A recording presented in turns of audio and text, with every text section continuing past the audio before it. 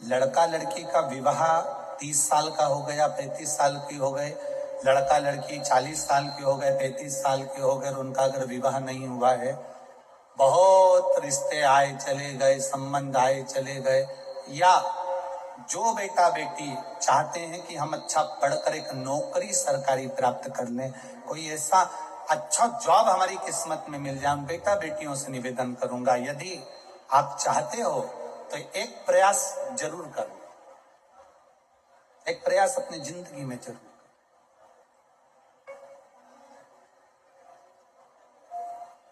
शिवलिंग समझ लेना जरा अच्छे से, शिवलिंग जलाधारी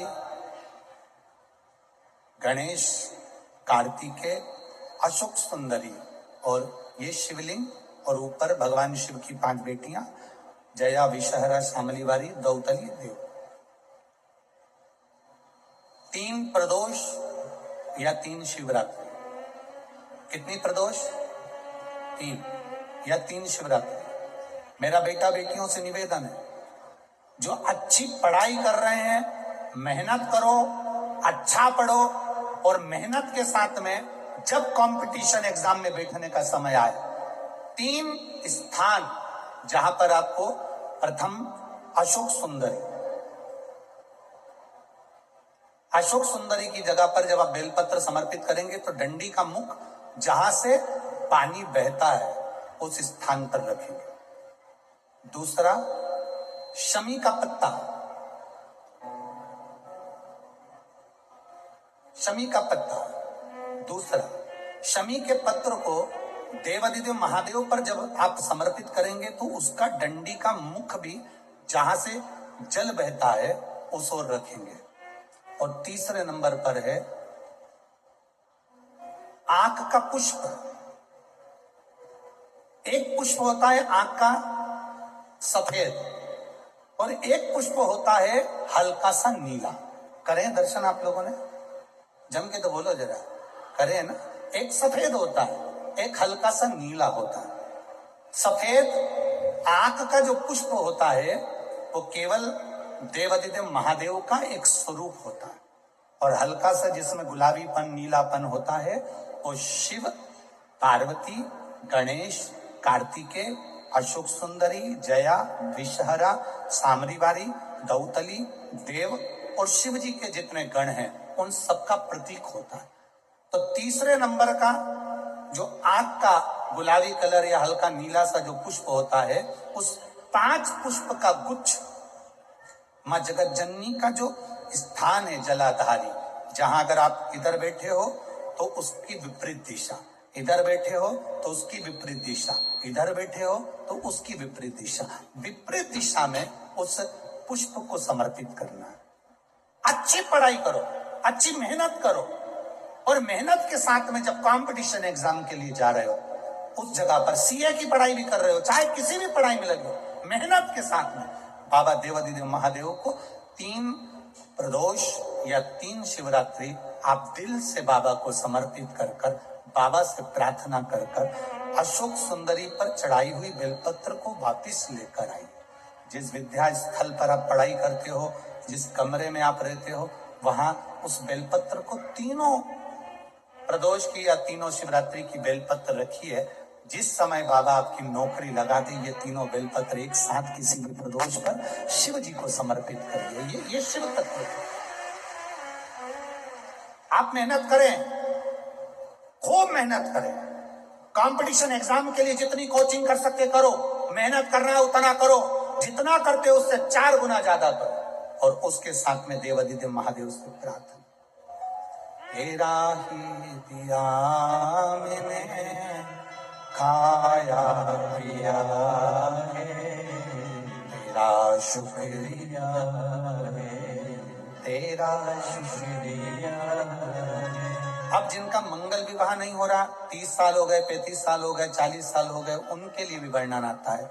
एक बेलपत्र, एक शमी पत्र, और महाराज वही आंकड़े का पुष्प 5 अपने हाथ में लेकर बेलपत्री का वृक्ष जो होता है उस वृक्ष के नीचे उसको रखकर शंकर भगवान के मूल मंत्र का स्मरण करते हुए, चाहे तो आप पंचाक्षर करें, चाहे आप षडाक्षर करें, चाहे आप श्री शिवाय नमस्तुभ्यम करें, केवल जो जल का पात्र है वो जल के पात्र से 5 बार जल समर्पित कर बेलपत्री के वृक्ष की 7 परिक्रमा कर बाबा से प्रार्थना कर उस पत्ती पुष्प को लेकर वापिस सजाएं, पूजन वाली जगह पर उसको रख दीजिए और बाबा कृपा करेगा, जितना जल्दी होगा उतना मंगल विवाह आपका पक्का कराएगा, ये निश्चित।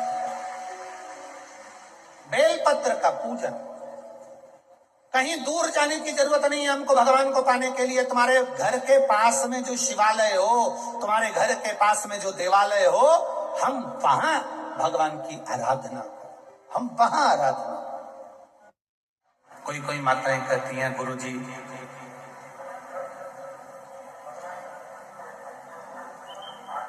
भगवान तो हमारी सुनता ही नहीं है, हम तो भगवान को रोज जल भी चढ़ाते हैं, आराधना भी करते हैं, साधना भी करते हैं, पूजन भी करते हैं, तो भी शिव हमारी बात नहीं सुनता। हमारा निवेदन है, शिव ने कितनी सुंदर संसार की रचना करी है, ये विचार करिए। शंकर भगवान ने जो सृष्टि की रचना करी, शिव जी ने जो सृष्टि का निर्माण किया, वो कितना सुंदर था। फूलों में परमात्मा कीड़े दे देता है। देखिए उस परमात्मा की लीला कितनी विचित्र है कि फूलों में परमात्मा कीड़े दे देता है और पत्थर में परमात्मा हीरे दे देता है। ये उस परमात्मा की कृपा है, ये उस परमात्मा की दया है।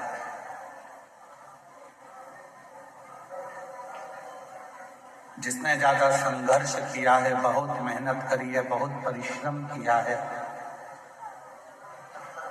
परिश्रम में लीन है, संघर्ष में लीन है, पत्थर जैसा मजबूत हो गया है, तो एक ना एक दिन मेरा भोलेनाथ उसकी जिंदगी में ऐसी तरक्की कराता है कि हीरा जैसा उसको बना देता है।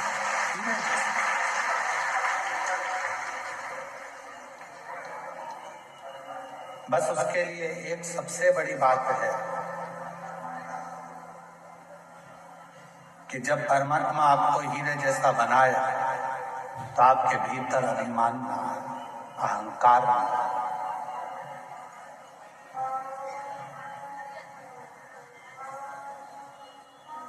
आपके भोजन करने से, अगर आपके भोजन से किसी के मुख में पानी आ रहा है तो आपका भोजन करना बेकार है।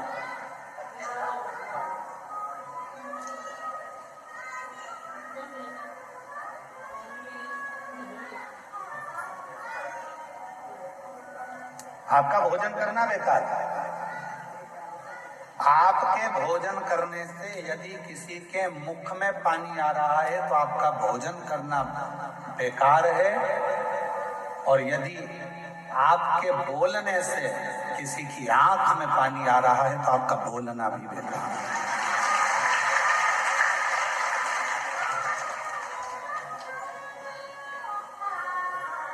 भोजन करते समय भोजन की थाली में जो पकवान है, उस पकवान को देखकर अगर किसी के मुख में पानी आ गया तो आपका जो भोजन आप ग्रहण कर रहे हो वो आपके शरीर को नहीं लग रहा, आपके शरीर को नहीं लगता। भोजन करते समय यदि किसी के मुख में अगर पानी आ गया तो आपका भोजन करना बेकार है, और बोलते समय यदि किसी की आंखों में पानी आ गया आपके बोलने से तो आपका बोलना भी, फिर वो बोलना आपका बेकार है कि आपने क्या बोल दिया, क्या ऐसा प्रसंग कर दिया, क्या आपने कह दिया कि उसकी आंख में आंसू आ गए, उसके नैनों में जल भर गए, उसके नैनों में अश्रु आ गए, आपका वो बोलना ही बेकार है।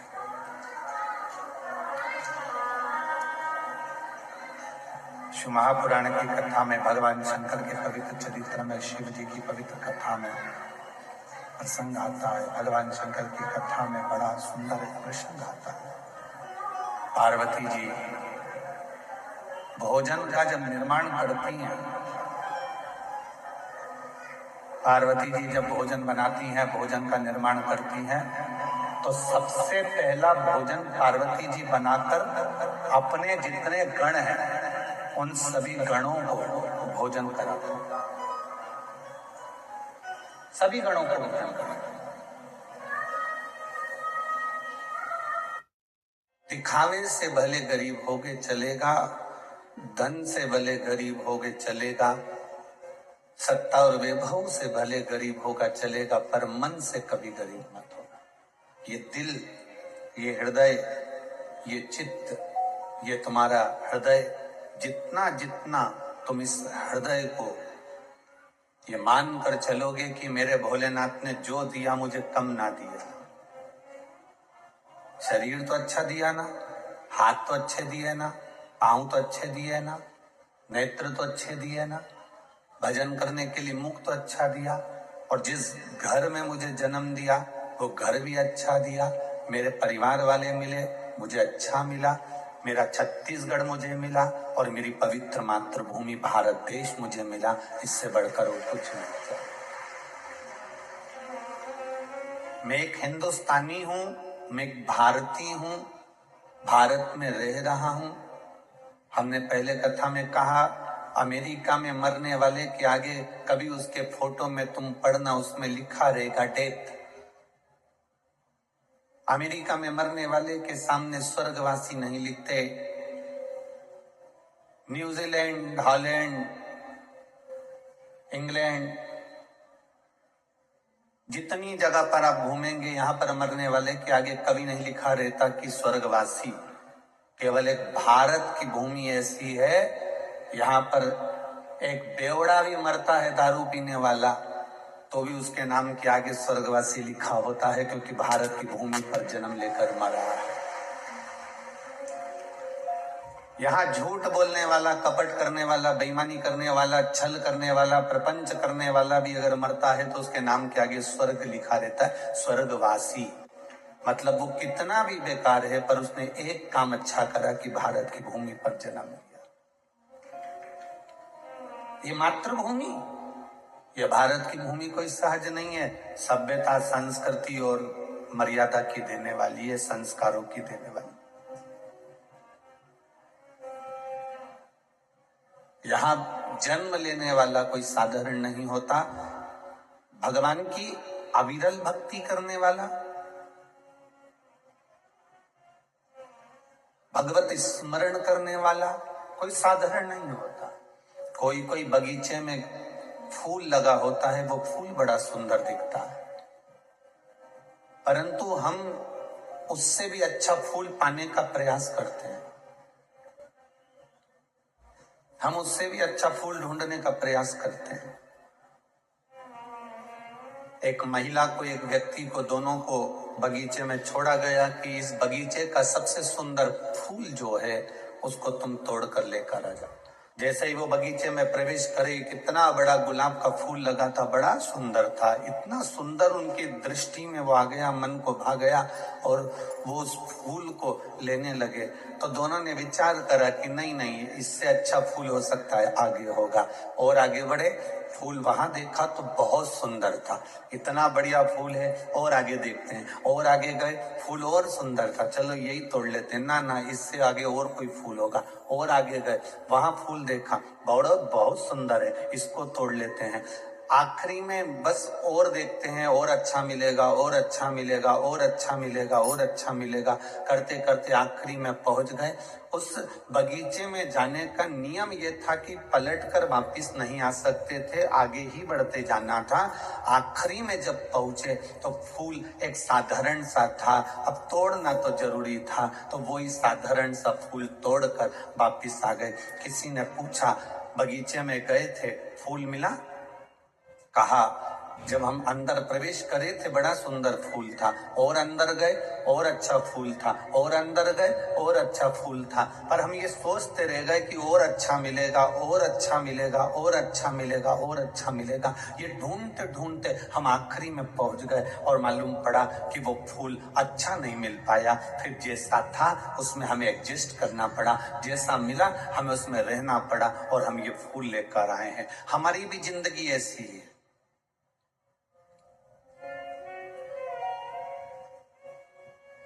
हमें अच्छा लगता है कभी कभी कि बस 1 महीने की बात और है, इसके बाद मेरा जीवन ऐसा होगा, लोग देखेंगे मुझे।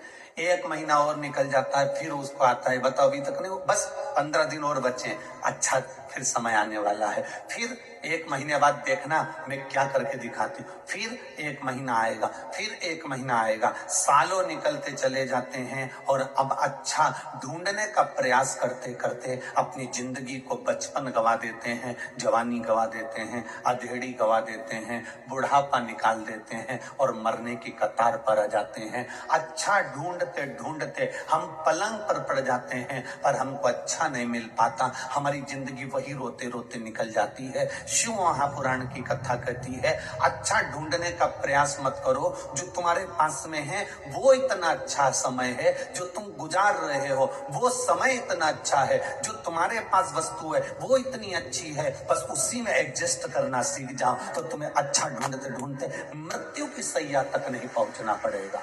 आप अच्छे हो, आपको अच्छा मिल चुका है, जो आपके पास में, जो आपको भगवान ने शरीर दिया उससे सुंदर कोई शरीर नहीं होगा। आप क्यों अपने आप को कम समझते हो? दूसरे को देखकर तुम्हें लगता है वो कितनी सुंदर है, वो कितना सुंदर है, उसने कितना अच्छा कपड़ा पहन रखा है, उसने कितना अच्छा वस्त्र पहन रखा है, उसने कान के कुंडल कितने अच्छे पहन रखे हैं, उसने हाथ की चूड़ी कितनी अच्छी पहन रखी। ना ना ना ना, आप ये देखो कि आप जो पहने हो वो किसी से कम नहीं है। दुनिया की सारी हीरो हीरोइन तुम्हारे आगे फीके हैं। तुम जिस दिन सोचना चालू कर दोगे उस दिन तुम नंबर 1 पर पहुंच जाओगे।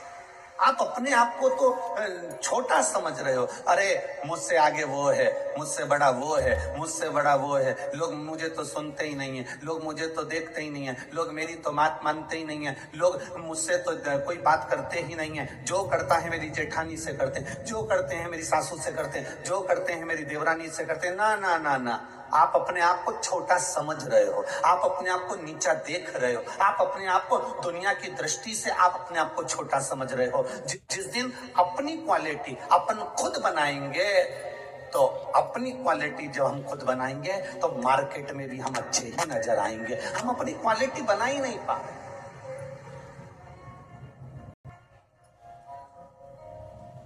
हमने अपनी सोच को अच्छा बनाने का प्रयास ही नहीं किया। जिस घर में रहते हैं दूसरे का घर देखते हैं, दिवाली पर जाकर पर्दे देखते हैं तो बड़ा अच्छा लगता है, तुम्हारे यहाँ के पर्दे बड़े सुंदर है, तो तेरे यहाँ के पर्दे बेकार हैं। जब भी बात करेंगे तो कहेंगे भाभी जी भैया जी तो इतने अच्छे हैं ना, तुमको चूड़ी भी दिला दी है, तुमको साड़ी भी दिला दी है, भैया जी इतने अच्छे हैं ना, तुम्हें तो हर कभी घुमाने रायपुर भी ले जाते हैं, तुम्हें तो फ्लाइट में भी बिठा दिए, भैया जी तो इतने अच्छे हैं। अपने पति में कमती दिख रही है, ये मुझे कभी घुमाने नहीं ले गया, बल्कि 4 लोगों में जाकर कहना था मेरे पति जैसा दुनिया में कोई नहीं होगा, जो मेरी बात के अनुकूल नहीं, मैं उनके अनुकूल चलती हूं। वो मेरे अनुकूल नहीं चलते, मैं उनके अनुकूल चलती हूं।